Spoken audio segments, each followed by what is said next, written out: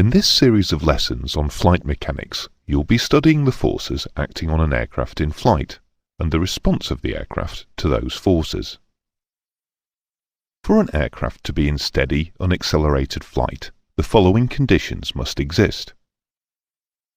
Forces acting downwards must exactly balance the forces acting upwards, and the forces acting backwards must exactly balance the forces acting forwards.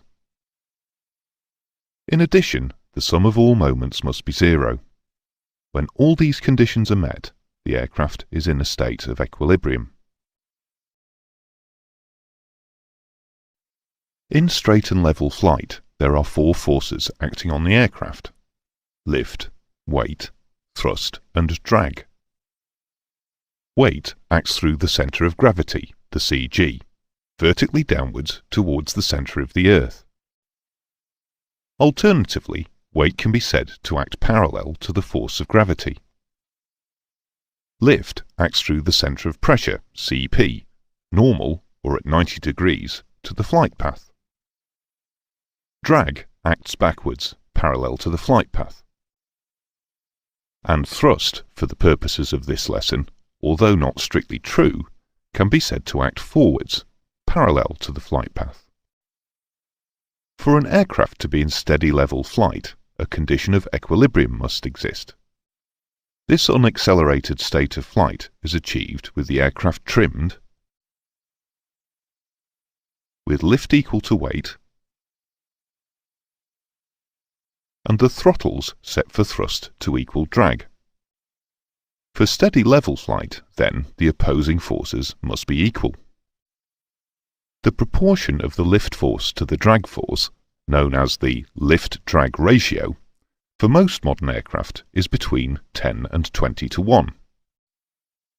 In simple terms, this means that lift is 10 to 20 times greater than drag. The lines of action of thrust and drag usually lie fairly close together, so the moment of this couple is small and will be disregarded for this study. The positions of the CG and CP are variable, but under normal circumstances will not be coincident. The CP will move forward as angle of attack increases, and will usually stay aft of the CG, unless the design allows the tailplane forces to stabilize the moments adequately with a forward CP. The CG will move as fuel is used, usually forward, but will usually, on conventional aircraft, remain in front of the CP. The function of the tailplane and elevator, or the stabilator, depending on the design, but referred to generally as the tailplane for simplicity, is to maintain equilibrium in pitch by supplying the force necessary to counter any moments resulting from CP and CG movement. With the CP providing a pitch down moment being behind the CG, the tail surfaces must provide a downforce. If the tailplane is producing a balancing force, this will add to or subtract from the lift required to balance the weight. For a downforce, the usual situation, lift must equal the weight plus the tailplane downforce, and for an upforce, lift must equal weight minus the tailplane upforce. For steady level flight at a constant weight, the lift force required will be constant, and at a steady speed, the wing will produce this lift at a given angle of attack. However, if the speed is changed, the angle of attack must change to maintain the same lift.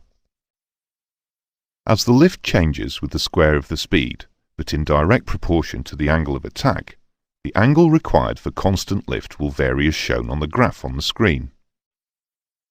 The minimum possible level flight speed, Vs, for any given lift force is achieved at the critical or stall angle of attack.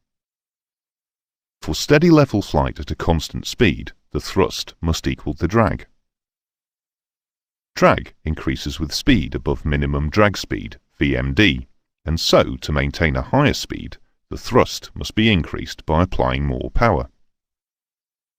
To fly the speed at point A requires a thrust of T1. and to fly at speed b requires a thrust of T2. If the thrust is increased to T2 when the aircraft is at point A, the thrust will be greater than the drag, and the aircraft will accelerate in proportion to the excess thrust AC until it reaches point B, where the thrust and drag are again equal. If T2 is the maximum thrust available, then the speed at B will be the maximum speed achievable in level flight.